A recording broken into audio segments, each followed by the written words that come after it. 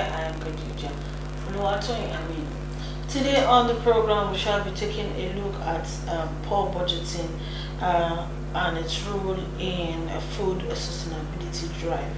And to discuss this with us on the program for this week is our guest and our expert in the person of Mr. Gabriel Dakolo. Before we introduce him to you guys, we're going shortly on a break to bring you a report on what we actually mean by our topic. A budget is simply a spending plan that takes into account estimated current and future income and expenses for a specified future time period, usually a 12-month plan and above.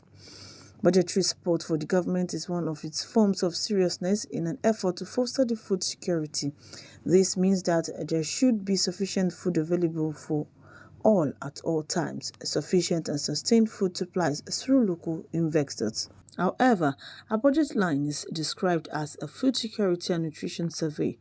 These promote proper food handling. Food security policies, however, can contribute to increased food production and income generation and to improved employment and education, promoting investment in agricultural infrastructure and extension services, along with adopting measures aimed at increasing the household's purchasing power, especially those in rural areas, when it appears to be the key drivers for improving both food and availability and food access.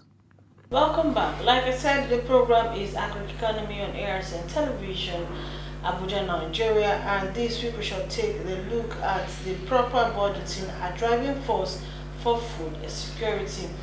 And like I said earlier, our guest is already seated to discuss this topic with us. What are the effects of poor budgeting and how has this affected food security?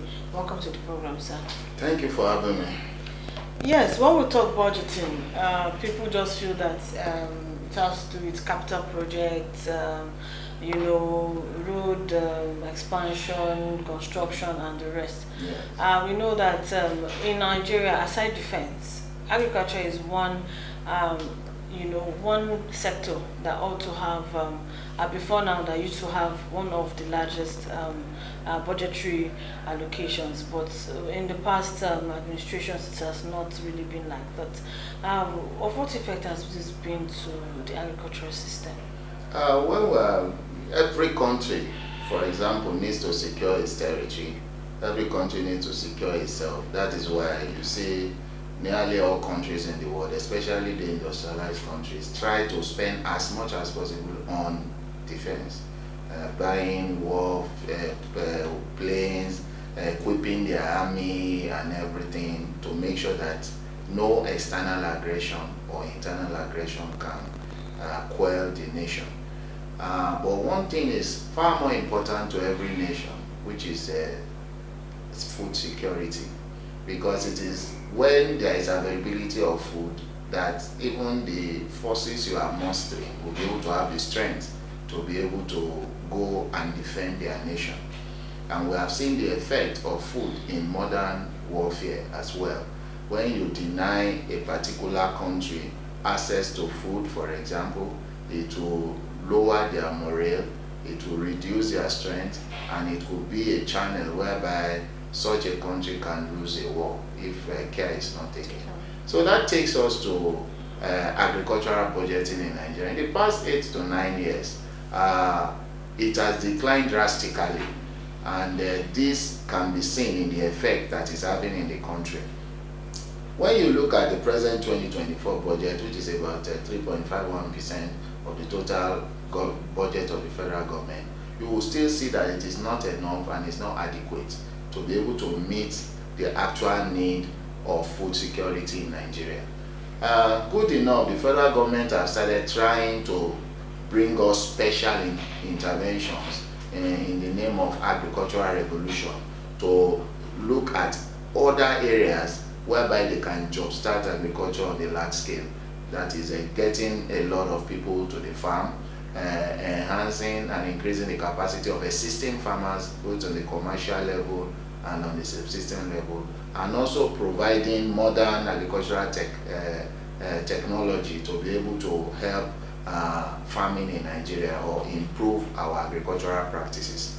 Be that as it may, budgetary allocation is very key and is a key instrument for every government to intervene in any sector as it desires, because it is based on these allocations that the experts in the various ministries, parastatals and departments will be able to plan as per what and what they need to do for that particular sector. And agriculture is also not excluded. So when you look at the budget of 252 billion, for example, for agriculture, in a year and in a country where food inflation has increased to over 40%, the level of poverty has reached an alarming rate, and food inflation has triggered other forms of inflation to the extent that it has led to protests in the country. I see a reason, a cogent and important reason for this present administration to look critically into agricultural budgeting with a view of improving on it, apart from the special intervention. Because using budgeting 13% for defense, for example, is not bad, but I believe that agriculture should have gone to a stage of 10%, for example, of the national budget, so as to be able to intervene in critical areas to ensure that agricultural practices is boosted in Nigeria, and we're able to first feed our population and also export the rest out. If we continue on this trajectory of this allocation, percentage allocation of 3.5%, for example, it will not really take us faster to the promised land as we would have expected. We are even lucky that this time around it has increased to 3.5%. The budgeting for last year was less than 2%. So we see a government that is looking critically at agriculture but needs to do more because of the present situation the country finds itself, vis-a-vis the insecurity even to farmlands and logistic routes as regards agriculture in the country. Okay, so what, standing on this, phase, looking at what we are facing now in Nigeria, Yes. like you said, 3.5% from the federal allocation. Are we using this judiciously? That is the second challenge that we have. The judicious use of this budgetary allocation is another major challenge, and that is why and where we need to hold the Ministry of Agriculture and Food Security to account. This is the 8th month of the year, and the ministry has not really come out to be able to give us key intervention areas where they have started seeing results, because it is based on the key intervention areas that have been successful that we can adequately rate the ministry. And if the kind of allocation that is going to the ministry is also judiciously used, we can also see progress and be able to say that yes, Nigeria is moving forward in its agricultural revolution. Don't let us mix it up. The role of the Ministry of Agriculture and Food Security is different from the special intervention that the federal government is using other vehicles like the central bank and other agencies to implement. So the ministry cannot hide under that. It has to be able to come out with a clear-cut plan of how far it has implemented the budgeting process of the ministry, looking at the fact that we are fast approaching the last quarter of the year. So I have not seen so far substantial progress of what the Ministry of Agriculture has done, even with the budget that is available or the budget that has been released to them so far. If we are able to see statistically areas where the ministry has intervened, budgetary allocations that have been judiciously used, then we can now say that yes, the ministry has started doing well, or they have effectively utilized the budgetary allocations to them. So as private investors now, how do we come in? Looking at the arms of friendship that is stretched forth by the federal government and the enabling environments that the government has vowed to create in the agricultural sector, I believe that partnership in the area of agriculture in Nigeria now is a very, very good business that is going to be profitable. When we remove the security situation of the country and look at our population size, look at our arable and fertile land, we look at our export opportunities, anyone that goes into any form of agriculture in Nigeria is bound to be able to make substantial progress with the present government support and willingness and eagerness to be able to support the private sector when it comes to agriculture in Nigeria. So I believe that studying the government proposals critically, private investors in agriculture can use this government keen interest in ensuring that the agricultural revolution of the present government is successful, to be able to tap into the various opportunities that is in the agricultural value chain. And I believe that if with the zeal that the government is putting in ensuring that agriculture gains back its pride of place, with conjunction of the private sector, in a couple of years, agriculture can bounce back with adequate security in place. Okay, I was coming to ask what are the likelihood that, of course, you are going to be able to manage the little we have to, push us ahead of where we are today. Okay, when we talk government. Government will tell you on their parts, they have grants, they have this, they have that. Yes. This budgeting for the sector, how do you think there should be checks and balances should be done in ensuring that this, yes, we have increment of over 1% now. Yes. So that we can have a significant difference. Yes. In ensuring that food security we're actually fighting with all sense and we are of seeing progress. Yes. Actually, I don't know how the government wants to do its review, but I would have loved ministries, parastatals, departments of government to be engaged in quarterly reviews, so that we can see at the end of every quarter what has been achieved so far with the budgetary allocations to those departments. Looking critically at the Ministry of Agriculture and Food Security, it would not have been out of place if we have quarterly or mid-year review of what the ministry has been able to achieve. Of note, during yesterday, the Minister of Agriculture and Food Security was given the opportunity to make presentation during the Council of State meeting. I believe that is not a bad idea, but the presentation should not only be to the Council of State, it should be to Nigerians in general, so that we can know the giant strides that the ministry is taking as regards agricultural revolution, so that we can know how far budgetary allocation has been expeditiously expended, and we can also know what we should be expecting from the ministry before the year runs out. So when these kind of things are not in place, it gives doubt for Nigerians to actually know where we are and where we are going, despite the slight increase in the budgetary allocation to the Ministry of Agriculture. Okay, so quickly, you hold your thoughts where we're going to break. When we return, the program continues. Stay tuned.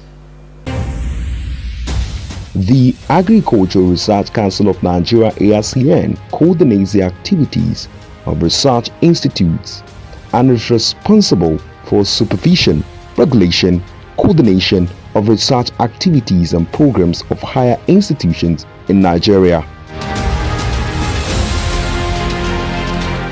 And Professor Hamidou Shaributu, since assumption as Executive Secretary of ARCN in April 2020, has solidified the transformation of agriculture in Nigeria through strategic and meaningful execution of research fundings for improvement of the agricultural sector.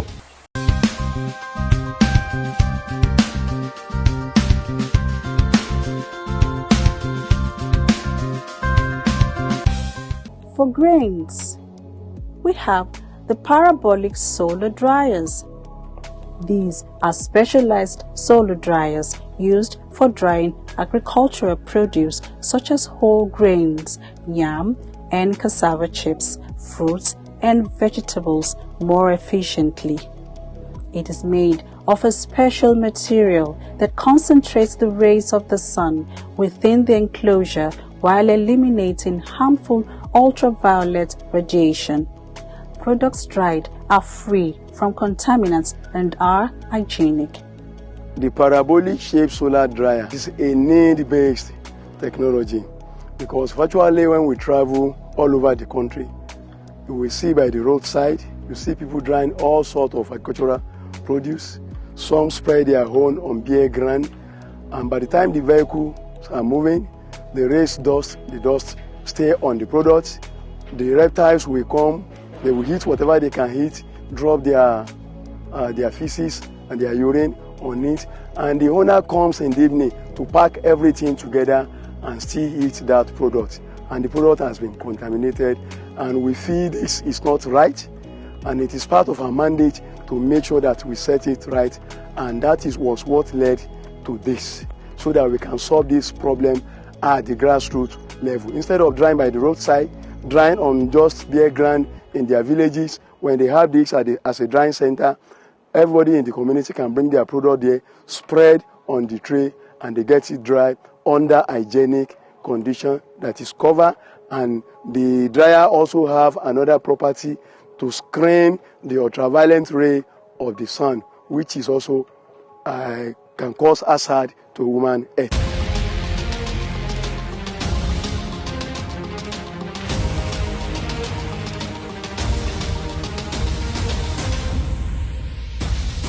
Since then, Professor Shaributu has operated as visionary captain by restoring the council's glory with the first ever agricultural television and radio station in Nigeria, with well-equipped studios parading state-of-the-art equipment.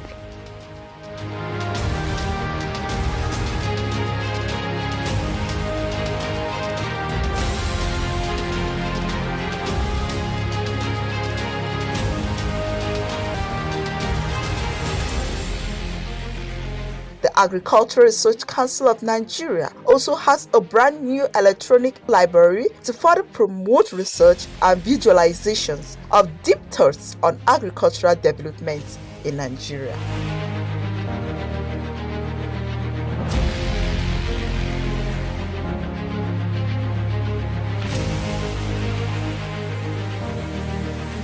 The museum, located in the Senator Abdullahi Adamu Center, is an agricultural museum saddled with the responsibility of keeping records of agricultural findings, discoveries, researches for continuity and history purposes.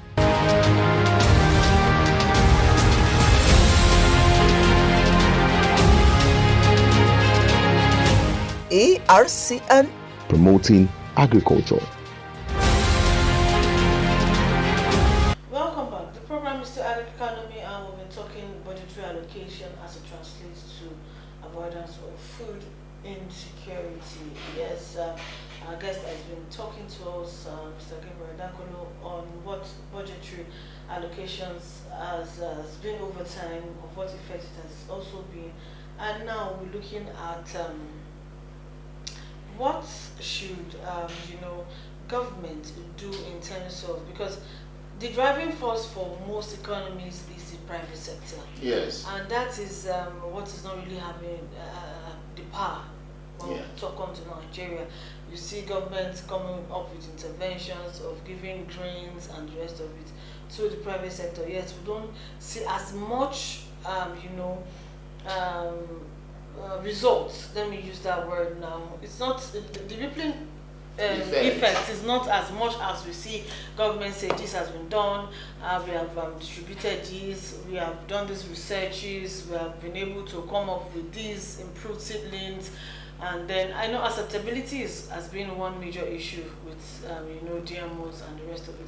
But what can they do in ensuring that the private sector actually key in properly? Because if you look at China, for example, you see that most of their industries are private. Yes, I told you. There's nothing like government owning a rice ban or a. Yes. Everybody, you just know that you have a percentage. The government has a percentage in this, and it is yours.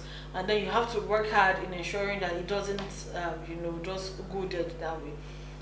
What ways can government, Now, there are two major areas that governments all over the world used to intervene in agriculture.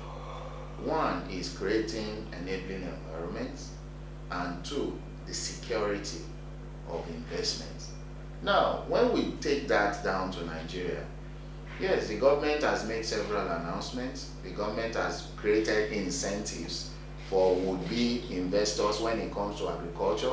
The government has also tried as much as possible to ensure that they are ready to give out land for investors that want to invest in any form of agriculture, and also create guarantees as well. Now, the second aspect of it is security of the investment. Most of those that will want to engage in agricultural farming in Nigeria, for example, will want to see their investment secured, and that is where we also have challenge. Good enough, the federal government just inaugurated a 10,000 forest guard strong paramilitary outfits armed to the teeth for the northern states, to be able to guide the farms, to be able to ensure that farmers, as they are going to the farm, are secured. That is one step in the right direction. The other angle that the government needs to do is to ensure that for every investor in any area of the country, both their investment, the capital investment, and their human investment is not lost. We see situations whereby foreigners that go into some areas in Nigeria get kidnapped. And when they get kidnapped, they pay huge sums of money as ransom. So the government also need to look at the security situation of the country itself, not only the farmlands, not only the agricultural areas, but also of the investors themselves and their human resources, which is also very key, because this has served as a deterrent, or it has served as a disincentive to some foreign investors coming to Nigeria because they fear that they might be kidnapped or even killed. So the aspect of securing land for agricultural practices, which the government has started, is good, is novel, but the other aspect of securing human resources that are supposed to be needed, the expatriates that are supposed to run this investment, is also very important. And the government should also look into these areas, that for every investor, for every expatriate that is coming into the country to invest in our agricultural sector and even in other sectors, there's adequate police protection for them. It is not out of place. What we are trying to do is to ensure that we are able to keep investment flowing into the country, and these investors need the government to provide adequate security for them, so that it will not be seen that they are coming into a risky area and both them and their investment can vanish with time. So as much as the government needs to create an enabling environment, the ease of doing business when it comes to agriculture, create a level playing field that is competitive, that even other African countries will look at it and say, yes, you are getting a good offer. The other issue of security is also paramount, so that the investors, foreign investors, both foreign and local, can be rest assured that their investment, both financial and human resources, are secured. That is very, very important to investors. Okay, yes, we know that one major challenge, like you noted, is insecurity, which has been, even indigenous right now find it very difficult to, in some areas go to their farm place of farming and the rest of it. But don't you think this is going to be because in other sectors like industrialization, we see construction companies, investors go around with pleas, and then you hear workers complain of harassment and the rest of it. And some of the indigenous investors believe that government is making it too favorable for foreigners than indigenous. How can we balance this? For every investor, there should be a standard operating practice. What I mean by standard operating practice, which is SOP, is that whatever is available for a foreign investor should also be available to a local investor. What determines what will be available is the scale of investment. If a local investor in Nigeria is investing in Nigeria on a very large scale, that is far more than even a foreign investor, then the provision of security will be far more than what will be given to somebody that is coming in to invest lower or lesser than what our local investor is doing. So it should be in the quantum of investment to be able to, because it is the quantum that determines the effect and the impact on the economy. If you are investing, for example, ₦1 billion in in the agricultural sector in Nigeria, for example, you should be adequately protected so that not only will it yield returns to the investor, but it will also be it will have a rippling effect on the economy of Nigeria and also boost our GDP.